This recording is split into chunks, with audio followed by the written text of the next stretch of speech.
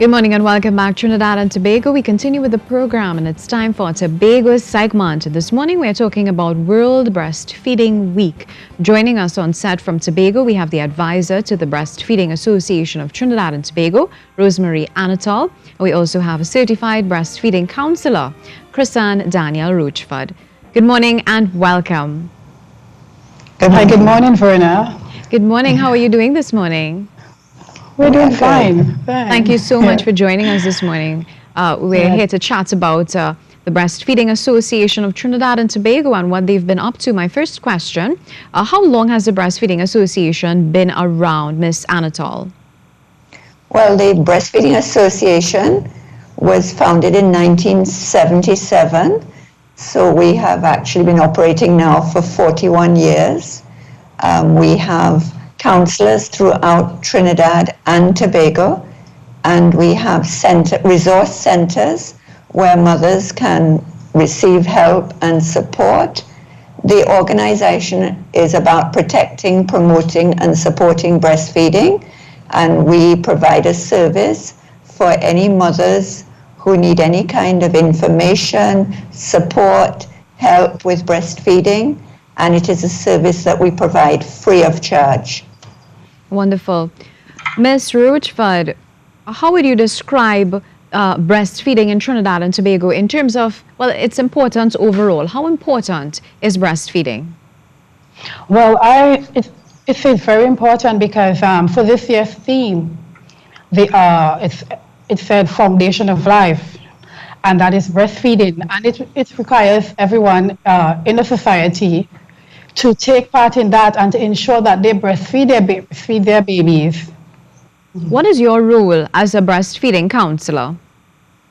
Well, my role here in Tobago is to help mothers to understand how important it is to breastfeed and also to build their confidence and to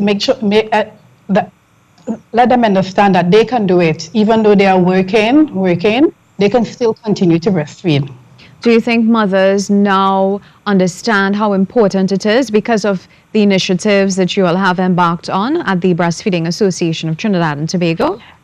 Yes, they are now starting to understand how important it is because we have breastfeeding competitions that take place throughout all the health centers here during the month of July, and we kind of share that information and give the mothers the empowerment to understand how good it is to breastfeed their babies. And not only that, we went a bit further this year and we introduced a breastfeeding caravan where we went around to different workplaces and shared the information and knowledge to give to women. How important it is to breastfeed. That sounds so exciting. What is the breastfeeding competition all about? How does it work? Okay, well, what we do, we had some regulations this year because we always say to make sure that you breastfeed your baby for about the first 6 months of life. So this is what the area we were targeting to see how many mothers who really stick to it and really went through to the breastfeeding for the first 6 months. And we found we had a good bit of mothers, but in some places they were poor. So we saw that there were a need to give more information and education to women. How important it is to breastfeed. Ms. Anatol, what are some of the benefits of breastfeeding, particularly during that first 6-month period? Well, really, human milk cannot be replaced by anything else. It's a living substance. It contains antibodies which help to protect a baby from illness. It reduces the risk of illnesses, non-communicable diseases. Particularly, we're looking at the moment in the reduction of obesity because we have a terrible incidence of childhood obesity, and breastfeeding helps to reduce that risk. It helps to reduce the risks of asthmas, ear infections, or a multitude of illnesses, reduces the risks of cancers, and as well as health benefits for children, there are also health benefits for women. It helps to reduce the risks of breast cancer, ovarian cancer. And the important thing as well with human milk is that it changes all the time. So, for instance, if a baby is born premature, the needs of that premature baby are different to a full-term baby, and the mother's milk will adjust to provide what is needed for the baby, whether the baby is premature, whether the baby is full-term, or the milk actually changes throughout the course of the time that the baby is breastfeeding. Really? I was not aware of that. So the breast milk actually adjusts to suit the needs of the baby as the baby grows during that 6-month period?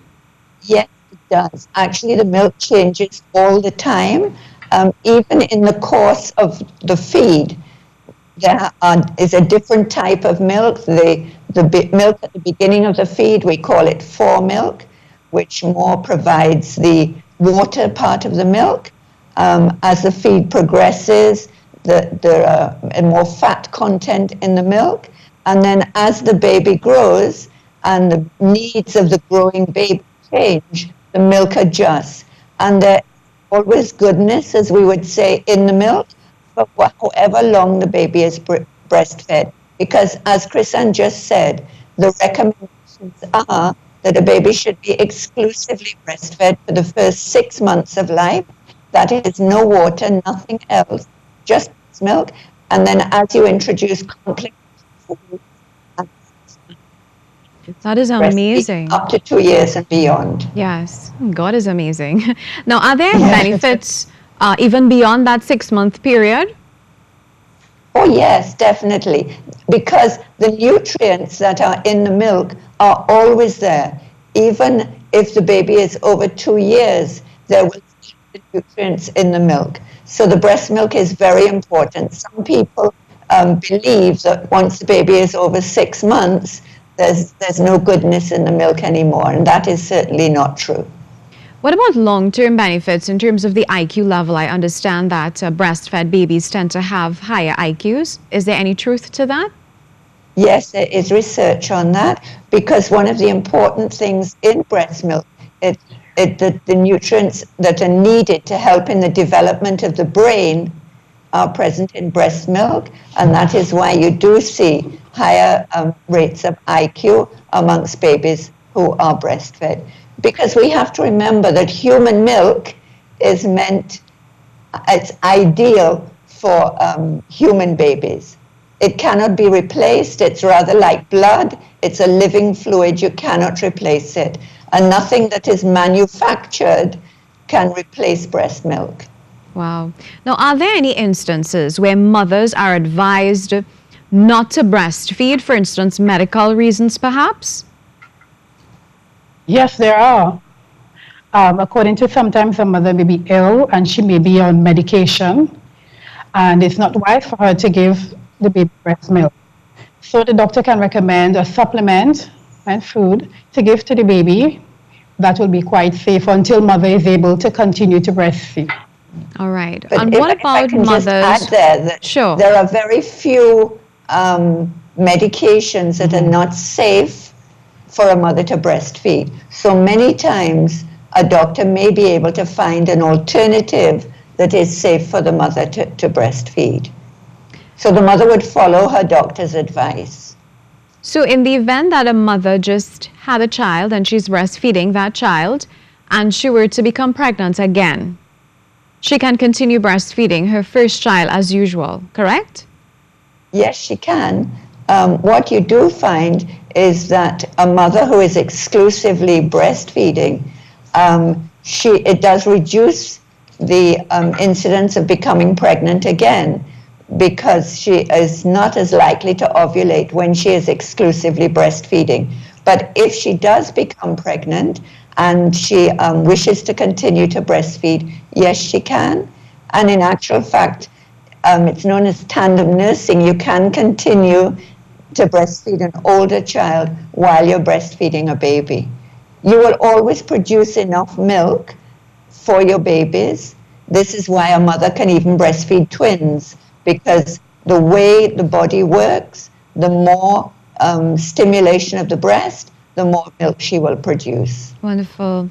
Ms. Danielle Rochford, what are some of the activities planned for World Breastfeeding Week as we wrap? Okay, well, On Saturday, we'll be having our annual walk here in Tobago. That will be 18 years we're having this walk. So it starts at Uptown, down Scarborough, near Tambourine car park. And then we make our way down to the Scarborough Esplanade, where we have our breakfast. And ticket costs $35. And I just want to send out a reminder to all moms who took part in the competition to come out and collect your prizes. Wonderful. And what are your closing comments at this time? If I could just mention Sure. that we would really like to thank the Tobago House of Assembly, the Division of Health and Wellness and Family Development, and the TRHA, which have been supporting this event for many, many years. We work together in collaboration with them.